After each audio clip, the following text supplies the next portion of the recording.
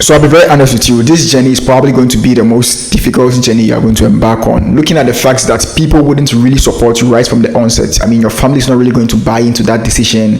They're not going to really push you with the finances and all those things. Till you probably get to the climax where things are becoming promising, things are becoming, it's almost possible that yes, it's working out. Before they might try to chip in some few support. So today's video, I'm going to give you some of the things that I had to go through, or the things that you probably might go through on this journey, and how to actually overcome them. So without further ado, the first thing is probably your finances, and most of you are going to experience it. It's two things. First of all, you probably might not know how you're going to raise money to support yourself to come here. I mean, buy visa fees, pay application fees, buy or pay for all these side things that would come the way along the line.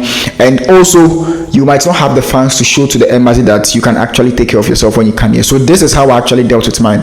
So knowing my background and knowing the kind of house that I come from, we weren't really able to support myself fully, buy visa forms. Imagine paying for visa forms 3 times, paying for service fee, doing this, doing that. Imagine paying for all these things. How are they going to support you? And it kept on failing. It wasn't that the moment they pay for it and it's working, they don't even see the results. You understand? So the first thing that I had to go through was finances, and what I had to do was actually start a side hustle, start a side business.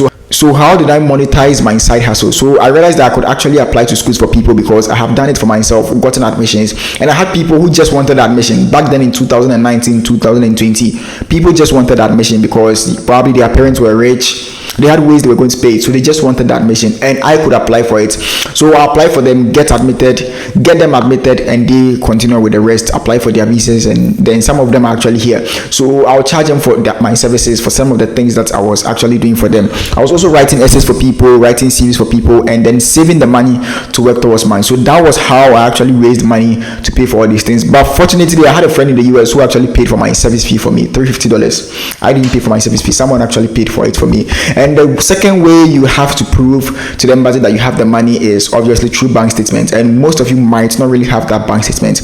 Now, how to go about it, I can't really talk about it in this video, so I would really advise that you send me a DM on Instagram. Don't message me on TikTok because I might not see it. So DM me on Instagram or something, and I would really explain to you further. The second thing that you probably might go through, which is a very big thing, or was a very big thing for me, was rejection. Now, rejection is part of life. In one of my books that I'm writing titled Bitter and Battered, it talks about dealing with rejection, bitterness, disappointment. Yes, you experience rejection along the line. You'll be rejected by so many schools. Imagine me, I've been rejected by over 50 schools. Some even cancelled my admission after they gave me the admission. Rejected by the embassy, rejected by so many people. You reach out to people in America, hey, would you please help me apply? They will not mind you. Going to reject you. People are going to reject you throughout this entire journey, and it's totally fine. Myself, I really understand why I was really rejected, or I wasn't really helped throughout this journey. Now, this is it. Whether you believe it or not, you believe in God or not. I'm a big God believer. I believe in God, and I always talk about God.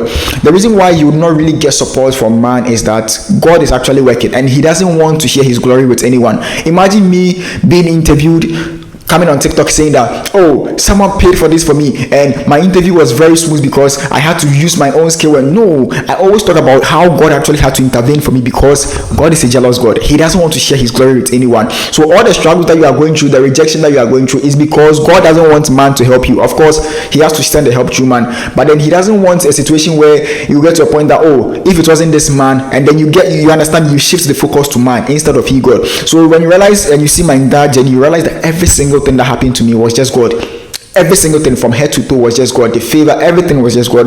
I don't really acknowledge human efforts because God literally did everything for me. So the way to handle rejection is to understand that you are being rejected because God doesn't want to share His glory with anyone. He doesn't want a situation where after you come to America, people start making out, oh, if it wasn't me, I would have, understand. And I've experienced it before.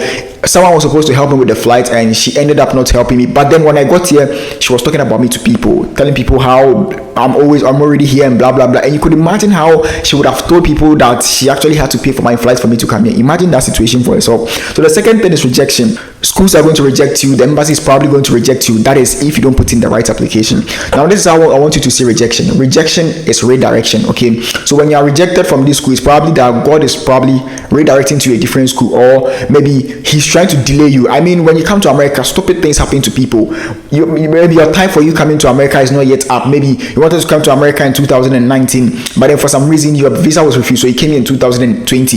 You may not know, but then if you had come here in 2019, something stupid might have happened according to you, and you would have regretted coming here. So God saw it ahead, delayed you, and then put it in the next semester. It's very painful, it's very difficult to handle rejection, but trust me, once you're able to identify rejection, know that this was the reason why I was rejected, find the reasons, find the solution, the possible solutions, kick it off, and then you should be good to go. So the second thing you are probably going to encounter in this journey is rejection.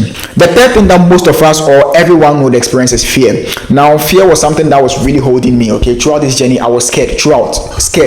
I had applied to Canada before, refused me, and then I heard rumors that Canada and US share information. So when you get refused, Canada normally shares a whole lot of theories that people had. So I had so much fears in this entire journey. What if I come to America and I'm not successful? What if I come to America that I heard that Americans like shooting people and then I get shot and all those things? Now fear is going to cripple you along the line, but I always tell people that fear is just an indication. The moment you start feeling fear for something, just know that it's an indication. I always give this example that when you are in your room in the dark, you always have the thought, you always have the fear that there's probably a boogeyman under your bed or there's something scary under your bed.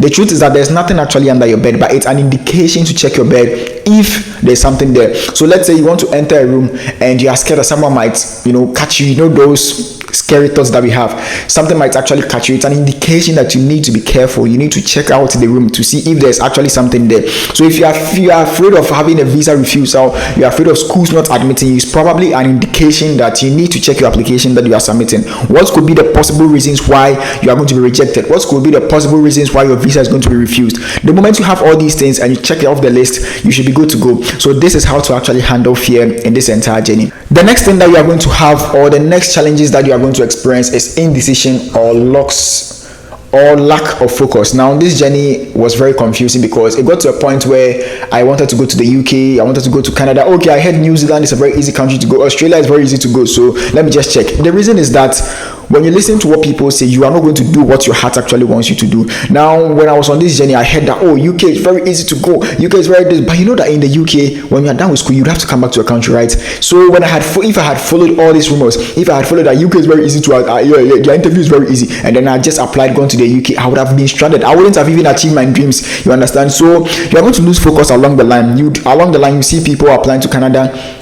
getting admitted, and then you will still be stuck at the US embassy getting refused and all that. So that is another thing that will happen to you. At that moment, you'll be confused. You'll be asking yourself, am I supposed to even apply to US? Maybe US is not for me. Let me just check Canada. You'll be very confused and you'll be stuck in that loophole where you're applying here, you come here, but then you don't have that focus. You are very indecisive. You don't know the exact thing that you want. That is why I'm always talking about your why. Why do you want to go to the US? Why do you want to go to Canada? If you are able to identify that particular why, I want a reason that is beyond my country is very difficult to live in, or the system is not working. I want a reason beyond people are already traveling, so let me just follow them. I want you to have a very strong why, very strong why. I've already talked about my why so many times that all the things that I wanted to do in Ghana would have never worked. I mean, running a podcast in Ghana, writing books, becoming a lawyer, there was no way I would become a lawyer in Ghana because I had a D7, I had dropped out so many things, so I had no option than to come here.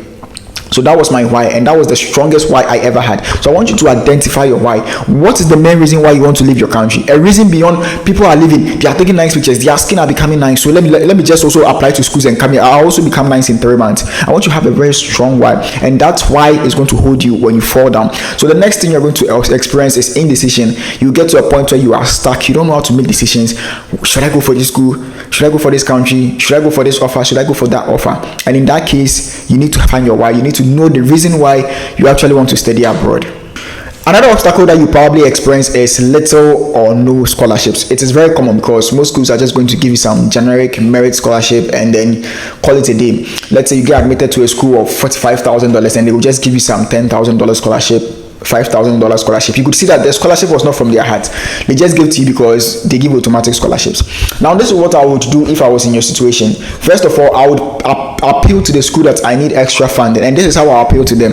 I'll tell them that from my experience, people with this amount of deficit or this amount of scholarships are not approved visas in my consulate, in my country Ghana or in my country Nigeria. So I would like to know if there are other scholarships that I could probably qualify for and how I could actually apply for them, so I'll be able to have my visa approved or have my visa shall have a smooth interview. You understand? So appeal to the school, number one. Secondly, find other scholarships on the school's website. Maybe they have a sports scholarship you would have to apply for.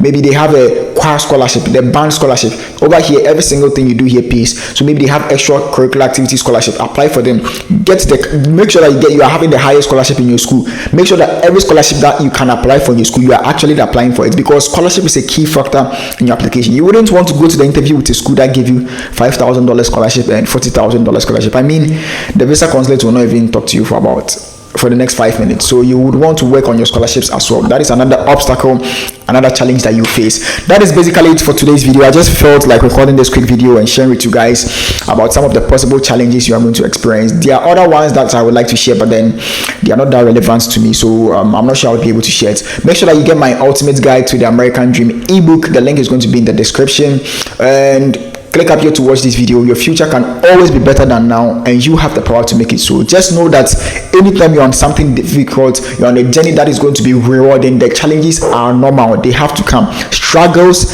are prerequisites for greatness. That is the law of this universe, and no one escapes it.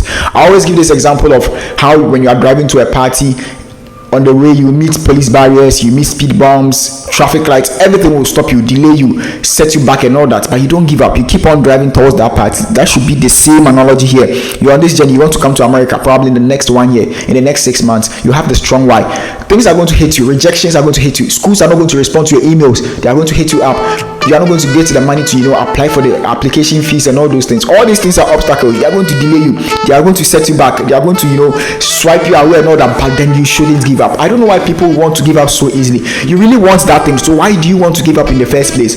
Make sure that you are not giving up on this entire journey, because this is just the mere surface. When you get to America, you realize that the easiest part of coming here is the visa. Thank you so much for watching this video, and I'll see you in the next video.